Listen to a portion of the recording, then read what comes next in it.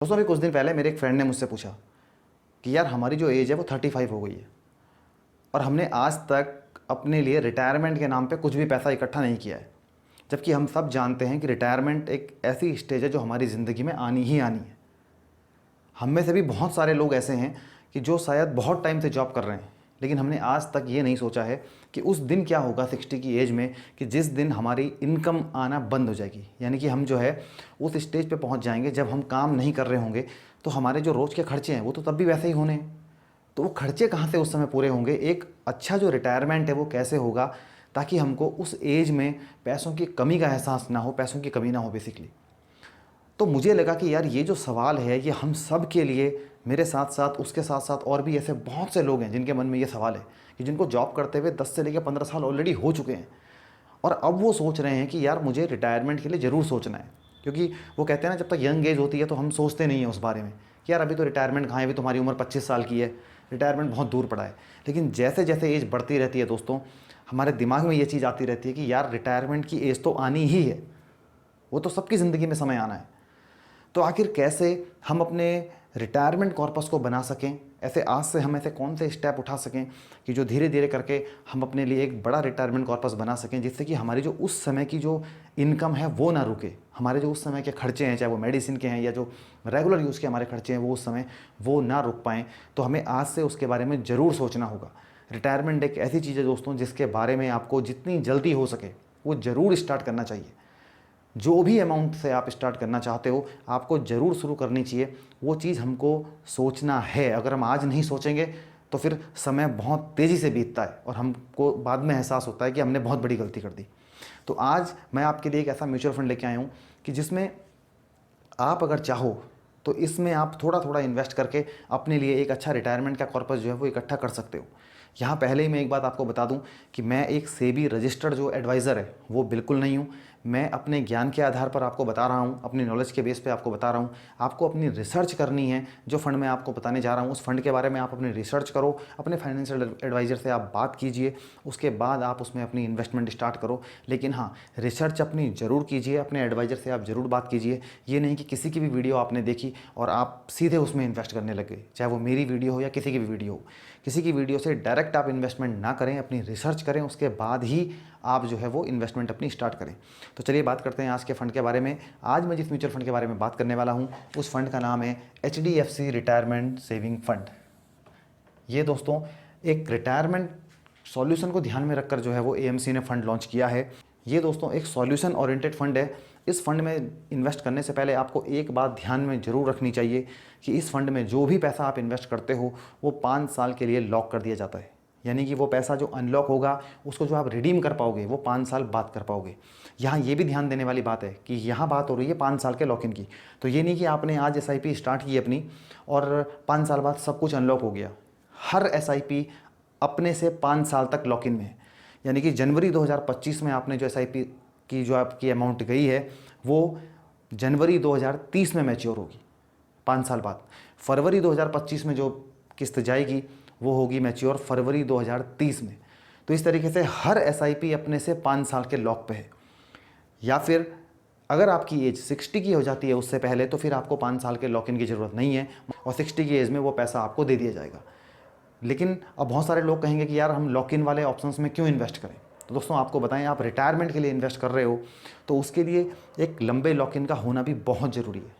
क्योंकि short term में क्या होता है कि हमारे जो इमोशंस होते हैं या फिर मार्केट का तो जो उतार चढ़ाव होता है मार्केट का, उसके बेस पे कोई हमसे कुछ कह देता है तो हम अपने डिसीजन को तुरंत बदल लेते हैं।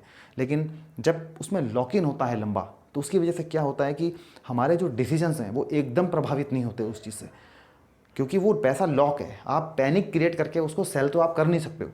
तो आपका जो डिसिप्लिन है वो कंपाउंड होता रहता है। जो आपकी अमाउंट लगातार जा रही है वो कंपाउंडिंग होके जो है वो आगे आपका बड़ा कॉर्पस बन जाता है। तो इसलिए लॉक इन होना इसमें मेरे हिसाब से बहुत अच्छी चीज़ है। तो इसमें जो भी पैसा आप जमा करोगे 5 साल के लिए लॉक इन रहेगा, ये आप ध्यान रखें।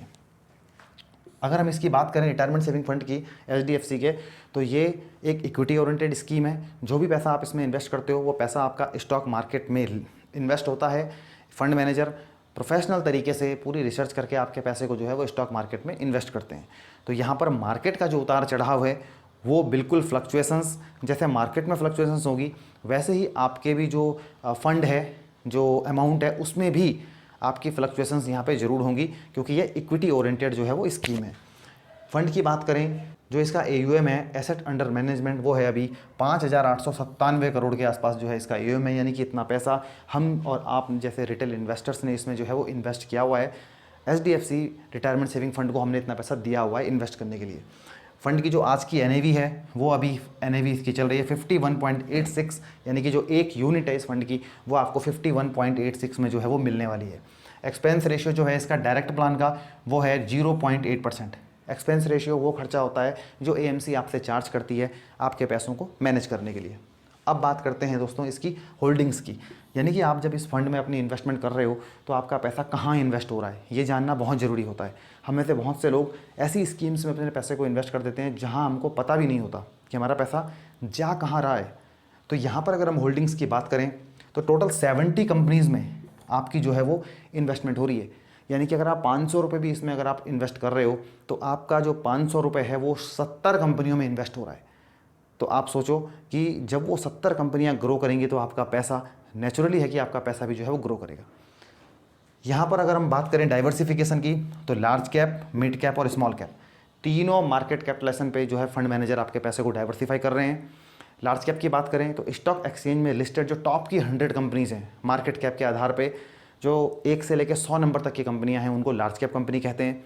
101 से लेके जो 250 तक की कंपनियां यानी कि 150 कंपनियां उनको हम मिड कैप कंपनीज़ कहते हैं, और 251 से लेके जो आगे की सारी कंपनियां हैं उनको हम स्मॉल कैप कंपनीज़ कहते हैं। लार्ज कैप कंपनीज़ क्या होती हैं? ये वो बड़ी कंपनियां हैं कि जो आपको स्टेबिलिटी प्रोवाइड करती हैं, और मिड कैप और स्मॉल कैप जो हैं वो आपके रिटर्न्स को जो है वो बूस्ट करने का काम करते हैं। तो फंड मैनेजर्स ने ये ध्यान रखा है कि आपकी जो रिटर्न्स हैं उनको थोड़ा स्टेबल रखा जाए, इसलिए लार्ज कैप में जो एलोकेशन है वो 49.63% का जो है लार्ज कैप में एलोकेशन रखा गया है। मिड कैप में जो है फंड मैनेजर्स ने 6.35% का जो है वो एलोकेशन रखा है, और इस स्मॉल कैप में यानी कि आपके रिटर्न को थोड़ा बढ़ाने के लिए 14.84% का जो है वो एलोकेशन रखा है। तो ये डाइवर्सिफिकेशन, बहुत अच्छी डाइवर्सिफिकेशन की गई है, आपको स्टेबिलिटी भी दी गई है और साथ ही क्या है कि रिटर्न्स को भी बूस्ट करने का काम किया गया है। अच्छा, बहुत सारे लोग कहेंगे कि यार हम भी तो large cap, mid cap, small cap में इन्वेस्ट कर सकते हैं। बिल्कुल कर सकते हो। आप चाहो तो रिटायरमेंट, आप खुद भी रिटायरमेंट के लिए आप इन्वेस्ट कर सकते हो लार्ज कैप फंड में, मिड कैप फंड में, स्मॉल कैप फंड में। लेकिन दोस्तों हमको ये पता नहीं होता एग्जैक्टली कि कितना % हमको कहाँ इन्वेस्ट करना है, लार्ज कैप में कितना रखना है, मिड कैप में कितना रखना है, स्मॉल कैप में कितना रखना है। लेकिन जब हम सॉल्यूशन ओरिएंटेड फंड की तरफ देखते हैं तो उसमें क्या होता है कि फंड मैनेजर मार्केट कंडीशंस को ध्यान में रखते हुए आपके पैसे को जो है वो बैलेंस करता है। सपोज करो कभी लार्ज कैप अगर महंगा है तो वो मिड कैप, स्मॉल कैप में क्या करेगा कि आपके पैसे को जो है वो इन्वेस्ट कर देगा, उसकी जो परसेंटेज है वो बढ़ा देगा।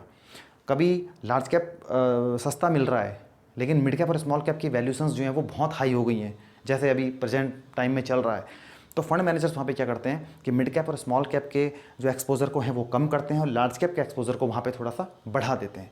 तो ये फंड मैनेजर्स के पास फ्लेक्सिबिलिटी होती है। एक फ्लेक्सी कैप फंड की तरह ये फंड जो है वो बिहेव करता है कि फंड मैनेजर्स के पास फ्लेक्सिबिलिटी है कि लार्ज कैप, मिड कैप और स्मॉल कैप में आपके पैसे को वो अपने आप रोटेट जो है कर सकता है। तो आपकी ये टेंशन खत्म हो गई कि यार मुझे लार्ज कैप में इन्वेस्ट करना चाहिए, मिड कैप में करना चाहिए, स्मॉल कैप में करना चाहिए। क्योंकि एक फंड मैनेजर जो प्रोफेशनली हैं उनका रात दिन का काम ही वही है, वो बहुत ज़्यादा पढ़े लिखे हैं, पूरी टीम है उनकी रिसर्च की, वो डिसाइड कर रहे हैं कि आपके पैसे को कहाँ इन्वेस्ट करना है। आपने तो बस पैसा दे दिया, वो अपने पैसे को, अपने आप आपके पैसे को इन्वेस्ट करने में लगे हुए हैं। अच्छा, ये तो थी मार्केट कैपिटलाइजेशन की बात कि किस किस मार्केट कैप में आपके पैसे को इन्वेस्ट करता है। अब बात करते हैं इसकी टॉप 5 की होल्डिंग्स की कि 5 वो सबसे बड़ी कंपनियां कौन है जहां सबसे ज़्यादा पैसा इस फंड का इन्वेस्टेड है। HDFC बैंक में 8.64% जो है वो इन्वेस्टमेंट है। ICICI बैंक में 6.80% की होल्डिंग है। रिलायंस इंडस्ट्रीज़ में जो पैसा इन्वेस्टेड है वो है 3.43%। एक्सिस बैंक में 3.34% और इन्फोसिस में 3.19%। यानी कि ये टॉप की 5 कंपनियां हैं जहां आपके पैसे को इन्वेस्ट किया गया है। हम जानते हैं कितनी बड़ी बड़ी कंपनीज़ हैं जहां आपके पैसे को इन्वेस्ट किया गया है। इसी तरीके से 70 कंपनीज़ में आपके पैसे को टोटल इन्वेस्ट किया गया है।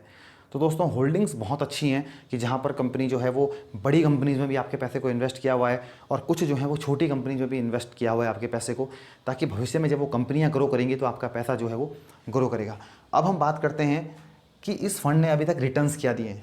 दोस्तों इस फंड की जो लॉन्च डेट है वो 2016 में ये फंड लॉन्च हुआ था, यानी कि 8 साल ये फंड अपने पूरे कर चुका है और 9th के आसपास इस फंड को चल रहा है। तो जब से ये फंड लॉन्च हुआ है, सिंस इंसेप्शन जो है इस फंड ने 20% का CAGR रिटर्न दिया है, यानी कि कंपाउंडेड एनुअल ग्रोथ जो रेट है वो इसने रिटर्न दिया है। 20% से भी ज़्यादा का रिटर्न इस फंड ने दिया है पिछले 8 सालों में। पिछले 5 सालों की बात करें तो 22.7% का रिटर्न इस फंड ने जनरेट किया है और पिछले 3 सालों में 19.8% का रिटर्न जो है वो इस फंड ने जनरेट किया है, जो कि बहुत अच्छा रिटर्न है। दोस्तों हम बात करते हैं अगर अपने ट्रेडिशनल इन्वेस्टमेंट प्लान्स की, जहाँ पर हमको सेविंग अकाउंट में 3%, 4%, FDs में 5, 6, 6.5% के आसपास रिटर्न मिलता है और जो गवर्नमेंट की कुछ स्कीम्स हैं वहाँ पर 7-8% के रिटर्न हमको मिल जाते हैं। लेकिन यहाँ पर देखो कितना अच्छा रिटर्न मिला है। लेकिन यहाँ पर ये बात ध्यान देने वाली है दोस्तों कि इक्विटी हमेशा लॉन्ग टर्म के लिए है। जितना लॉन्ग टर्म आप इन्वेस्ट करोगे उतना ही आपका जो है वो पैसा अच्छे तरीके से ग्रो करेगा। शॉर्ट टर्म में ये बहुत ज़्यादा वॉलेटाइल होता है। शॉर्ट टर्म में आपको बिल्कुल भी कुछ समय के लिए यहाँ इन्वेस्ट नहीं करना चाहिए, आपको लॉन्ग टर्म के लिए ही स्टॉक मार्केट में इन्वेस्ट करना चाहिए। अब बात करते हैं कि इसमें आप कितनी अमाउंट से अपने इन्वेस्टमेंट को स्टार्ट कर सकते हो। इसमें जो मिनिमम SIP की अमाउंट है वो है 100 रुपीज़, यानी कि 100 रुपये हर महीने से आप इस फंड में अपनी इन्वेस्टमेंट स्टार्ट कर सकते हो। लमसम की बात करें तो आप 100 रुपीज़ का लमसम इसमें कर सकते हो। जब भी आपको बाई करना हो आप 100 रुपीज़ से इस फंड को बाई कर सकते हो। अब बात करते हैं कि अगर आप इसमें एक छोटी सी इन्वेस्टमेंट आज स्टार्ट करते हैं तो भविष्य में आप कहाँ तक पहुँच सकते हैं, कितना कॉर्पस आप जो है दोस्तों इकट्ठा कर सकते हैं। इक्विटी मैंने पहले ही बताया, इक्विटी लॉन्ग टर्म के लिए बहुत ही एक अच्छा साधन है जो आपके सपनों को पूरा कर सकता है। किसी दूसरी एसेट क्लास में मुझे नहीं लगता कि इतनी ताकत है कि वो आपके सपनों को पूरा कर सकती है। अब बात करें कि अगर आप आज से ज़्यादा नहीं 5,000 रुपये महीना ही इसमें इन्वेस्ट करना शुरू कर देते हो, सिर्फ 5,000 महीना, अगर इसमें आप ये मान के चलो कि ये 5,000 रुपीज़ मेरे रिटायरमेंट के लिए हैं, यानी कि मैं जो ये पैसा डाल रहा हूँ इसको मैं 60 की एज तक नहीं छेड़ूंगा, 60 की एज में ही मुझे ये पैसा चाहिए। 5,000 महीने अगर आप इसमें इन्वेस्टमेंट आज स्टार्ट करते हैं और टाइम पीरियड ले लेते हैं 25 ईयर्स का, यानी कि जैसे वो मेरे फ्रेंड ने कहा था कि वो 35 की एज है, यानी कि वो अगले 25 ईयर्स तक अपने पैसे को जो है वो इन्वेस्ट करेगा ताकि उसका जो बुढ़ापा है वो अच्छे से कटे। तो 25 साल का इसमें टाइम पीरियड लिया है। रिटर्न की अगर हम बात करें तो पहले सिंस इंसेप्शन जो इसका अभी तक का रिटर्न है वो 20% तक का रिटर्न है फ्रेंड्स। तो 20% को हम ना मान के चलें, मार्केट बहुत ज़्यादा वॉलेटाइल होती है और मार्केट इस तरह से नहीं चलती है कि बहुत ज़्यादा रिटर्न्स जो हैं वो हमको मिलते हैं 20%, 25%, 40% के रिटर्न। ऐसे रिटर्न दोस्तों नहीं मिलते हैं। पिछले 2-3 साल, 4 साल, 5 साल को देखते हुए ही आप मार्केट में ये ना सोचें कि हमको इतने ज़्यादा रिटर्न मिलते हैं। जब लॉन्ग टर्म की बारी आती है तो आपको एक जेन्युइन रिटर्न्स अपने सोच के रखने चाहिए कि जो रिटर्न्स आपको मिल सकते हैं। तो यहाँ पर हम 20% लेके नहीं चलते हैं, हम लेके चल रहे हैं मात्र 16% के रिटर्न। कि 16% के रिटर्न अगर ये फंड जनरेट करता है अगले 25 सालों तक, जब तक आपका रिटायरमेंट आएगा, तो आपकी जो टोटल इन्वेस्टमेंट होगी दोस्तों इन 25 सालों में वो होगी 15 लाख रुपए की, यानी कि 15 लाख आपकी जेब से इन्वेस्ट हो चुका होगा। रिटर्न्स की अगर हम उसमें बात करें तो उसमें जो एक्सपेक्टेड रिटर्न है कि जो इतना रिटर्न आपको मिलेगा 16% के रेट से, वो है 1,83,26,089 रुपये, यानी कि ये आपका जो है वो इतना रिटर्न इस पर मिलेगा। अब आपकी जो मूल इन्वेस्टमेंट है प्लस अगर जो रिटर्न आपको मिले हैं इसको इसमें जोड़ दिया जाए तो जो टोटल वैल्यू बनेगी आपके कॉर्पस की वो होगी 1,98,26,089 रुपये, यानी कि लगभग 2 करोड़ रुपए तक आप पहुंच सकते हो आपके रिटायरमेंट तक। जब तक आपकी एज 60 की होगी इतना कॉर्पस आपके पास दोस्तों हो सकता है।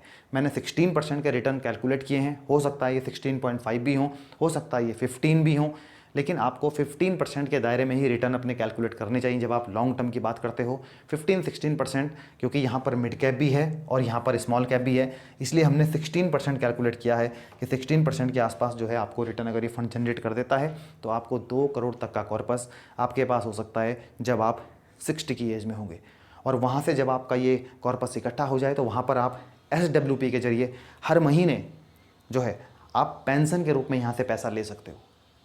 तो दोस्तों ये बहुत गजब की चीज़ है कि आप छोटी छोटी अमाउंट से इतना बड़ा कॉर्पस इकट्ठा कर सकते हो। नॉर्मल अगर आप किससे बोलो कि यार 5,000 महीने से 2 करोड़ रुपए, अरे हाँ यार क्या मजाक कर रहे हो, लेकिन दोस्तों इक्विटी में वो पावर है जो आपके सपनों को पूरा कर सकती है। तो दोस्तों ये था HDFC रिटायरमेंट सेविंग फंड के बारे में पूरी जानकारी आपको हमने दी कि ये फ़ंड कैसे आपके रिटायरमेंट के गोल को पूरा कर सकता है। ये नहीं है कि मैंने बता दिया और आपने इस फंड में इन्वेस्टमेंट स्टार्ट कर दी। आप पूरी रिसर्च करो, अपनी इस फंड को सिलेक्ट करो, अपनी वॉच लिस्ट में रखो, इस पे अपनी रिसर्च करो, अपने फाइनेंशियल एडवाइज़र से आप बात करो और उसके बाद अपने रिटायरमेंट के लिए आज से ही इन्वेस्टमेंट ज़रूर स्टार्ट कीजिए दोस्तों। धन्यवाद।